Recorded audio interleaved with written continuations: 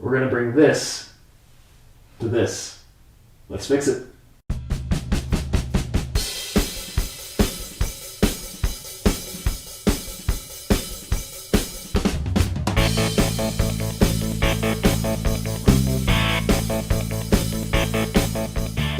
No matter what you call it, nerd neck, forward shoulders, forward head, it's uncomfortable, it can be a little unsightly, and can actually lead to damage to your spine and neck and muscles throughout your life. So let's work on fixing that now through a couple different things. So before we get into it, let's work on some explanations. The whole process really is your shoulders are rounded forward. In order to actually see what's in front of you, you have to tilt your head up. Works the same as if you're just looking forward. You want to keep that same level of sight. So up we go, and over time, that forward head, forward shoulder posture really kind of becomes prominently locked in. So there's two main things happening here. That is an underdevelopment and underuse of some muscles, or an overuse and overdevelopment of some muscles. That can happen anywhere, whether the whole posterior chain, if you think of your spine really as one just giant rope, can happen either at the top from the muscles in the back, the shoulders, kind of pulling in or weakening, and using the muscles in the chest to strengthen too much, tighten too much, and pull forward. It can happen all the way down in the bottom of the spine, lumbar spine area, where the glutes really are too weak and are actually causing a little bit of a forward tilt. You get the whole spine tilting backwards, shoulders coming forward, head comes up together. No matter what the area of weakness or overuse is, we're going to try and work on addressing that through 7 different exercises and stretches today. So first up, we're actually going to hit a banded pull apart. I'm going to have Christine demonstrate here. So this is a closed loop band. If you have a handle band, you can clip them together just to make it single for now. Or if you've got a smaller band that goes around your waist, your legs, that works just as well. So we're making an X here by folding the band and grabbing the looped sides and the closed side together. What she's going to be doing is actually pulling the band apart, and turn around for me. There we go. And also trying to pinch these shoulder blades together as she goes back. There we go. Tightening the rhomboids, strengthening the rhomboids, also stretching things out in the front of the chest. You can spin around again one more time. Thank you. And just keep it up high, level with the shoulders, pulling apart there. Again, being mindful to press your shoulder blades back together and really exercise and utilize the rhomboids, the lats, all of the muscles we want to strengthen and develop to prevent ourselves from hunching forward. This also makes a good pectoral stretch as you come out. You can really stay there for a second or two, feel everything, press everything together. We'll shoot for about 10 to 12 reps of that. You don't need to do 10 to 12. We're just demonstrating. But you do. You do. You want to go light with this one. You don't need a huge resistance band. If you can do pull aparts or pull downs with an extra thickness, you don't need it for this. Trust me, especially if this is a weakened muscle group, the lightest one you have folded over really is enough. Alright, next up we are going to go to face pulls using bands. So we've got our banded face pull here. 2 ways you can do this. We've chosen the more comfortable of the 2 ways. Got a thicker band tied up at the top. You can use a doorway, pull-up bar, anything you have available to you that is stationary and solid. And you've got a thinner band wedged in between this one. You can, if you only have one band, just tie that up top and pull that across, but you will end up having a kind of a band across your face there. This is a little bit more comfortable way to do it. You can also do this on a cable pull machine if you've got a rope extension. But if you're at home and you've got bands, this is the best way to do it for us. What Christine is going to do is have the bands level up, grip down, pull back towards the face, pinching the shoulder blades back together and pressing straight up overhead. Hold each one for about half a second, come back, pull towards the face, press up. This is a great way to train undertrained or underutilized muscles in the back, especially the upper back, and provides a great way to strengthen and round out the already curved experience you're having. So you can do this for about 12 to 16 times, taking about 2 to 3 sets. And this is again something you can do almost every single day.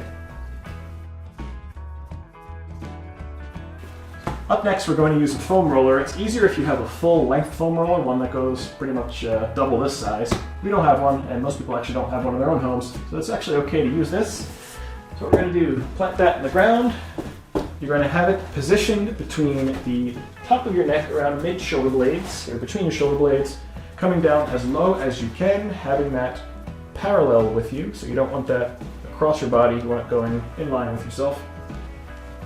Have your head drop off, relax the neck, stretch out the neck, Tight neck muscles, another big one that can contribute to that hunched forward position. Christine is now going to spread her arms out. There you go. Press them up overhead and pinch down. So keeping those elbows bent. As you come down, you'll feel the tops of the insertion points of your pecs start to stretch out. A little bit of the shoulders. Remember, this is a great total upper back stretch. Stay here for about a minute if you can handle it. If the arm movements are getting a little bit too much, you can actually keep them down by your side in more of a flat or neutral position. You'll still be able to feel that stretch. But if you are able to, keep moving. This is something you can do several times a day for up to a minute, say 3-4 times a day. Really work on the stretch and mobility of your upper back and upper spine. So this next exercise focuses on reteaching posture, strengthening the core, especially the lower core, as well as doing another stretch for the lower back. So Christine's knees are bent here. Bring them up a little bit more. There we go. And what can happen, especially if you have a pelvic tilt, which can cause that forward neck motion or a weakness in the glutes, what you'll see is actually a bit of a hole here. So you can kind of slip your whole hand under there. That's something we want to correct. So what Christine's going to do is actively engage the core and push down to make it so you can no longer slip your hand under there. When you're doing this, especially for the next part of the exercise, you want to make sure that that is your focus the entire time. Keep that lower back pressed down. Do not allow that hole to open back up. So like we've done before with the arms, Christine is actually going to bring her arms up overhead, all on the ground. Bend them down as if you were doing an overhead press and press right back up. You can slide them against the ground to lift them up an inch. But the entire time you should be focusing here, pressing down with the core, engaging the abs to keep the spine flat and down. This is something to keep in mind as you are sitting throughout the day, sitting at your desk, wherever you are watching TV, to keep a good tight core, keep a good posture, and prevent yourself from really arching forward. This is another thing you can do for about 30 seconds to a minute. It's a great stretch and a great reorganization of the brain to really get used to being in that type of position. So the last thing we're going to do is strengthen our glutes. We can do this with a simple glute bridge, back in the position we just were in before, with the knees bent flat on the back. You can do this with a bar across the waist. You can do it with weights, or you can do it just flat with nothing at all. This is something you should do if you are immobile throughout the day, if you live a predominantly sedentary lifestyle, if you are at your desk a lot. It tends to really weaken the glutes, especially if you are not standing, moving around, or walking a bunch. So what we're doing here is driving the weight through the heels, pressing the hips up and off the ground, making that straight diagonal line all the way up, making sure not to make a U or let the hips sink down as we're coming up. So we're pressing up, not overextending, not hyperextending, making that nice straight line. Yep, that's what we don't want to do. And come on back down. We'll shoot for about 12 to 16 reps of this. And this is, again, something you can do several times throughout the day. I would encourage you to do about 3 sets before you call it for this type of exercise. Come up, hold for that half second or 1 second, and come back down. Again, driving the weight off your heels rather than off your toes. So this last stretch is a relatively simple one. All you need is just a space. You can have a blank wall, something you're going to not bump into. We've moved out of the way of most of our stuff here.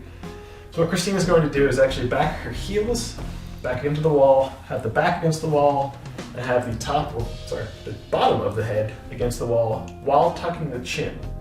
So the whole goal, keep the chin tucked, back up, and really press yourself as flat against the wall as you can. She's going to lift her arms here in a bent position and do that overhead press motion and really stretch out the upper back and the bottom of the neck. Keep that chin tucked. It will be very difficult to maintain this position, but it's important for the actual stretch to be doing what Christine is doing, keeping the chin as tucked as you can, keeping the back of the head pressed against the wall. You can do this for about 30 seconds to a minute.